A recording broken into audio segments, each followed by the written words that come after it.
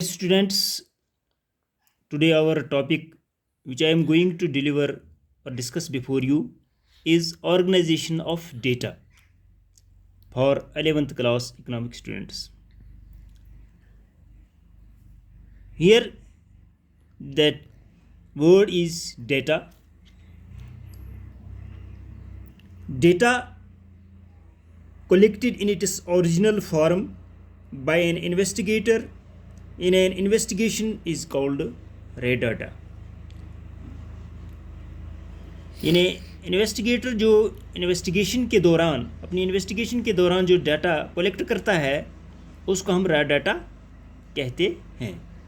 यानी data collected in its original form by an investigator in an investigation is called raw data. ये जो raw data है, raw data is just like a loop of clay. ये loop of clay की शक्ल में होता है, जैसा कि वो मिट्टी का एक ढेर होता है, विदाउट एनी स्पेसिफिक शेप और आइडेंटिटी, जिसकी कोई स्पेसिफिक शेप या कोई आइडेंटिटी नहीं होती है. तो बाद में जो ब्रिक्स वाला होता है वो इसकी ब्रिक्स की शक्ल देता है. इसी तरीके से कुम्हार जो होता है वो इसको बर्तन की शक्ल देता है. तो पहले ये डाटा जो है just like a loop of clay होता है, तो बाद में इसकी आइडेंटिफिकेशन जो है इसकी शेप दी जाती है.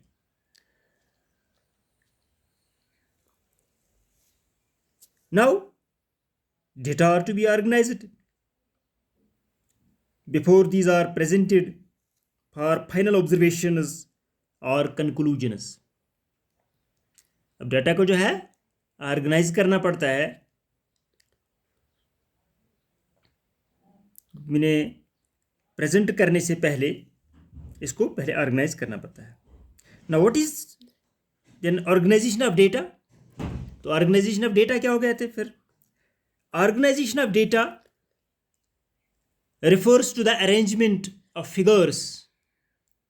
Organization of data refers to the arrangement of figures in such a systematical form that they are easy to understand. Organization of the data refers to the arrangement of figures in such a systematical form that they are easy to understand. यानी इसको ऐसी तरीके से organise करना है, तरतीब देना है कि ताकि ये आसानी से, ऐसी शक्ल में इसको तरतीब देना है, ऑर्गेनाइज करना है ताकि ये आसानी से समझ आ जाए, अंडरस्टैंड हमें हो जाए. ऑर्गेनाइजेशन ये हो गया कि इस डाटा को मुख्तलिफ क्लासेस में डिस्ट्रीब्यूट करे, मगर किस पर, on the basis of their characteristics. On the basis of their characteristics की बुनियाद पर इसको क्लासिफाई करना है. Now what is classification. अब क्लासिफिकेशन क्या है then. It is the process of dividing the data into different groups according to their characteristics is called classification of data. The classification of data, it is the process of dividing the data into it is the process of dividing the data into different groups according to their characteristics is called classification of data. For example, there are 200 families in your locality. You have collected data regarding their income, regarding their expenditure, regarding their education, religion, size of family, etc. But this data will be of little use unless you know how many families are educated and how many families are uneducated. यानी तब तक ये यानी little use है, इसका कम ही फ़ायदा है जब तक ना इसको हम मुख्तलिफ़ क्लासेस में डिस्ट्रीब्यूट करें. यानी एक साइड में एजुकेटेड लिखें और दूसरे साइड में अनएजुकेटेड लिखें. कितने लोग एजुकेटेड हैं, कितने लोग अनएजुकेटेड हैं, या how many families earn an income exceeding ₹5,000 per month. कितने लोग ऐसे हैं जिनकी 5,000 से ज़्यादा इनकम पर मंथ है, और कितने ऐसे लोग, how many families, how many earn ₹500 और लेस पर मंथ. कितने जो हैं जो 500 से कम यानी इसको यानी अर्न कर सकते हैं. या दूसरे लफ्ज़ में कहेंगे कि जो रॉ डाटा है ये तब तक मीनिंगफुल नहीं है। In other words, in order to make that raw data meaningful, these must be classified on the basis of their different characteristics. तो इसको मुख्तलिफ कैरेक्टरिस्टिक्स की बुनियाद पर बांटना है, डिस्ट्रीब्यूट करना है। सच एज एजुकेटेड फैमिलीज एक तरफ लिखना है, अनएजुकेटेड फैमिलीज दूसरी तरफ, रिच फैमिलीज एक तरफ एंड पुअर फैमिलीज दूसरी तरफ। तो ये जो इसको डिवीजन किया जाता है, each such division of data is called class. गो हर एक इस डिवीजन को, हर एक डिवीजन को, in each such division of data is called class. इसको क्या कहते हैं? क्लास कहते हैं। तो ये जो क्लास है, अब इस क्लास की क्लासिफिकेशन जो है, इसके कुछ ऑब्जेक्टिव्स भी हैं, इसके कुछ ऑब्जेक्टिव्स भी हैं। ऑब्जेक्टिव्स ऑफ क्लासिफिकेशन, यानी main objectives of classification are as under. देखिए, क्लासिफिकेशन जो है, इसके जो ऑब्जेक्टिव्स हैं वो यहाँ पर कुछ दिए गए हैं, जैसा कि नंबर 1, सिंप्लीफिकेशन एंड ब्रीफनेस। वो ये क्लासिफिकेशन करने से क्या मकसद निकलता है हमें कि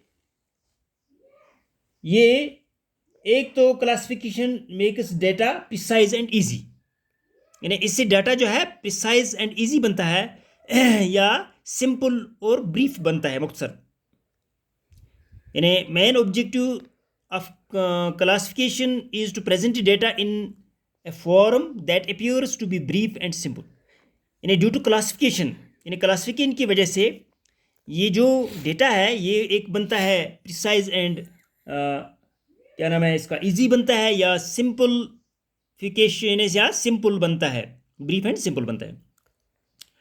तो दूसरा जो है इसका यूटिलिटी जो है, या वह हम ये कहेंगे कि with the help of classification data becomes homogeneous and becomes more useful.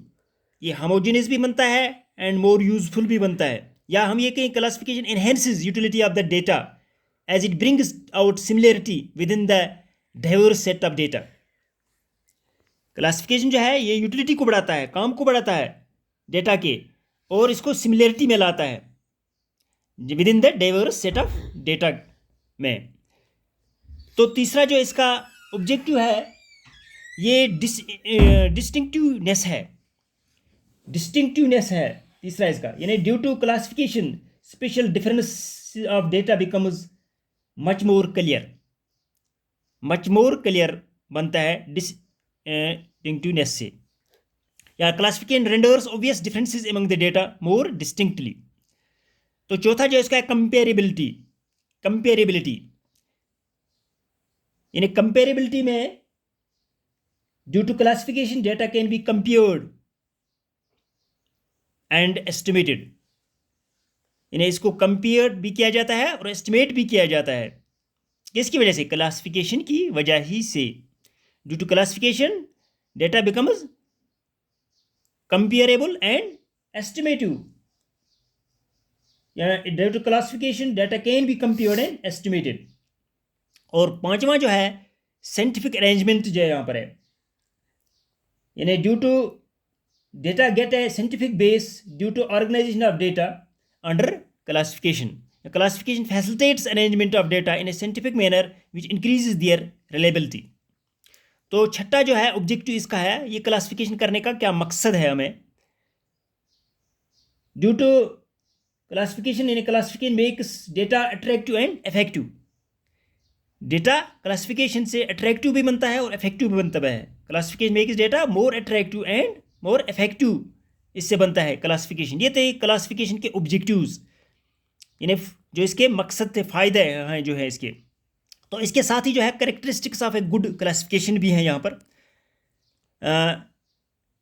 Number 1 character जो इसका है कंप्रहेंसिवनेस, या हम कैरेक्टरिस्टिक को दूसरे लफ्जों में भी कहते हैं कि कंपोनेंट्स ऑफ ए क्लासिफिकेशन क्या है, कंपोनेंट्स ऑफ ए क्लासिफिकेशन भी कहते हैं इसको, या कैरेक्टरिस्टिक्स ऑफ ए क्लासिफिकेशन भी कहते हैं। तो पहला है जो है कंप्रहेंसिवनेस, या हम कहेंगे वाइड स्प्रेडनेस जो है इसकी जो है यानी क्लासिफिकेशन की होती है। यानी classification of the data should be so comprehensive that each and every item of the data gets into some group or class.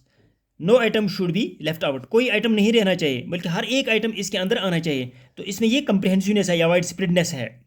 तो दूसरा जो है इसका पॉइंट क्लियरिटी जो है, classification of the data into classes should be absolutely clear and simple होना चाहिए. Absolutely clear and simple होना चाहिए. और तीसरा जो है होमोजेनिटी जो है, यानी सिमिलरिटी जिसको भी हम कहेंगे. All items in A group और क्लास मस्ट बी होमोजीनियस और सिमिलर टू ईच अदर. ये यानी एक जैसे होने चाहिए, सिमिलर होने चाहिए, क्लास में या ग्रुप में होनी चाहिए. और चौथा जो इसका ये जो करेक्टरिस्टिक है या कंपोनेंट जो इसका है क्लासिफिकेशन का, वो सूटेबिलिटी है या हम कहेंगे favourable. The composition of the class must suit the objective of inquiry.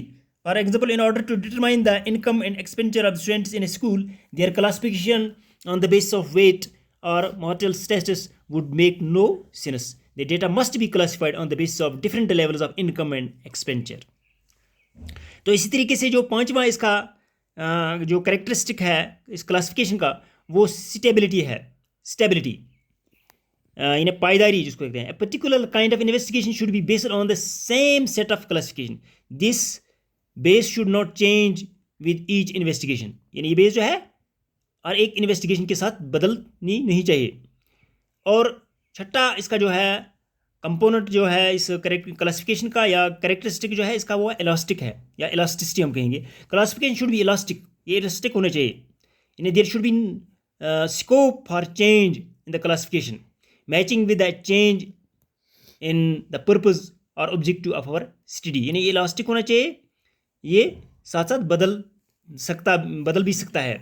तो इसको हम इलास्टिसिटी कहते हैं. ये थे कुछ ये characteristics of a good classification. तो आज के लिए बस इतना ही काफ़ी. फ़ी अमान अल्लाह.